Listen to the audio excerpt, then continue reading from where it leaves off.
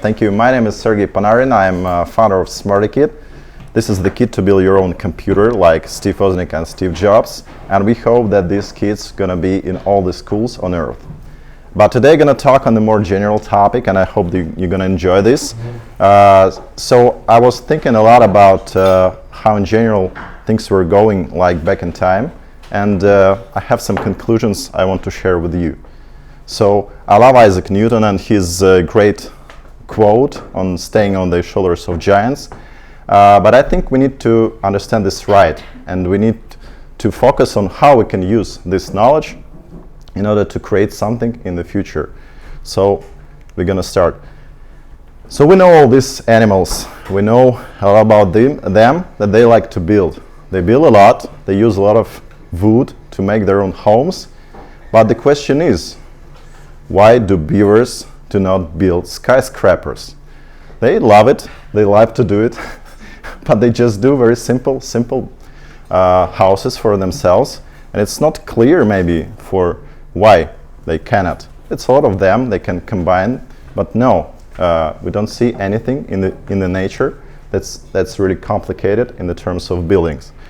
So I was thinking about this when I was just comparing what's going on in nature and what's going on with humans. What is different? And so what is different about us? We just started sometime in the back in history, we started to collect knowledge, and we started to grow exponentially on this. We just started to print books. We started to share this knowledge with our fellow humans. And this helped us to build civilization as we know it now, because we don't really start from scratch every time. We just know a lot of things that just like was invented before us, and we can use this knowledge in order to move on. And so this guy, Archimedes, he was one of the first inventors of his time, and it was so-called eureka moment or aha moment, when he just like was sitting in his bath and understood one of the fundamental laws. And it was fun in that time, because in that time it was really simple, because technology was in its birth, and it's like you just can really sit somewhere and like have this inspiration, this insight, and just like save it for the future generations. But then we move to the other guy. You know him very good. It's Isaac Newton.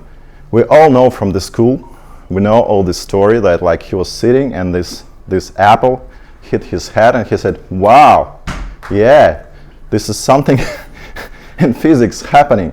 So I need to write down this law and explain it in the different sorts of mathematical equations. But for sure, he explained us, like this long story short, at school is very simple. I mean, we just like, he was sitting like bums, oh, wow, yeah, that's it. Just like, let's write it down. But then he said, no guys, it's not that simple.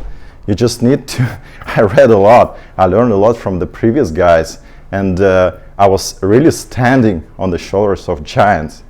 And so that helped me to be where I am, and to discover what I've discovered.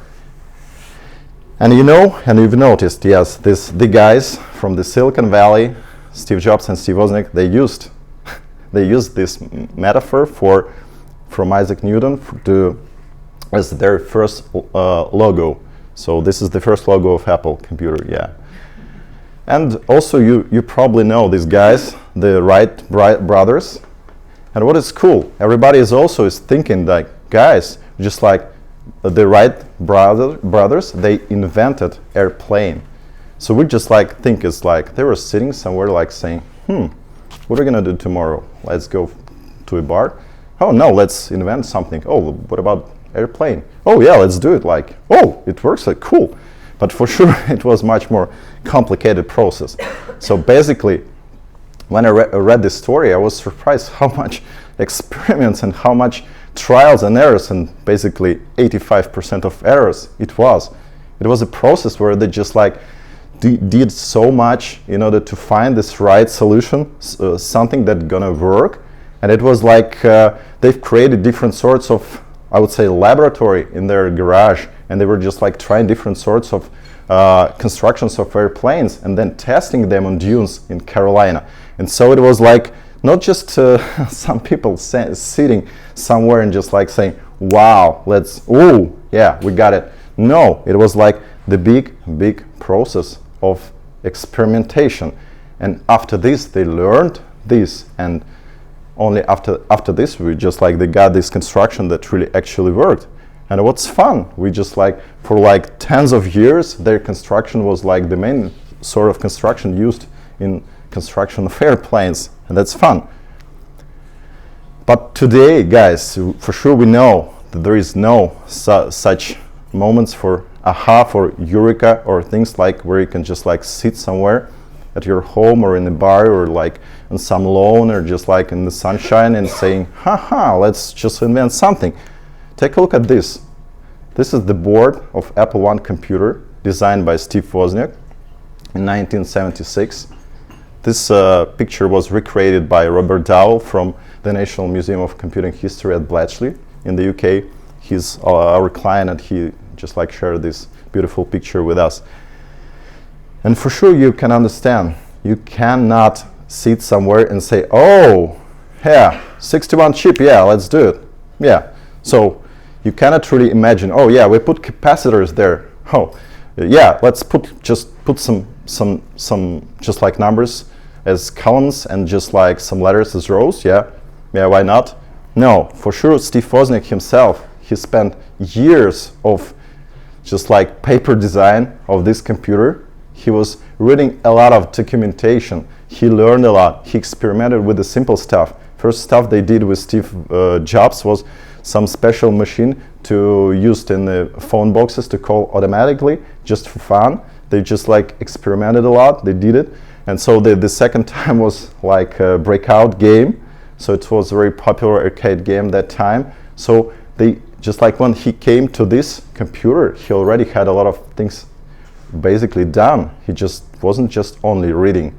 And at the end he created this, I would say, piece of art, because if you just like learn how it's done, you see like you see clear structure. If you're not even a computer guy, it's really neat. So you see like all the typical chips of the same type that are structured, or like all these tracks are just like designed really nice. And yeah, and it worked for sure. And it made the first money for Apple computer back in time. So for sure you need to do a lot in order to create something even in the 70s.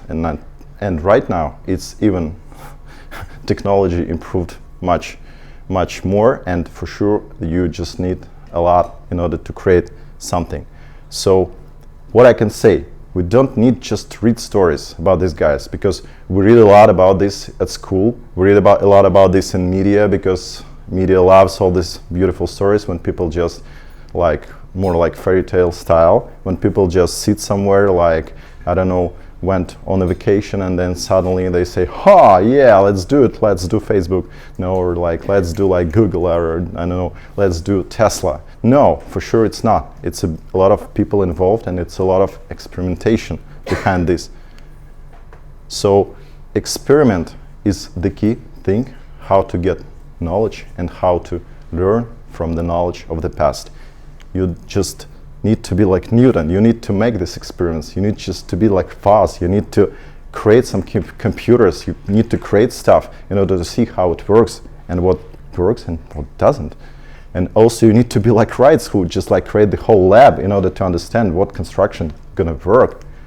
And so the only right way to stay on the shoulders of giants is to experiment like them. Thank you, guys.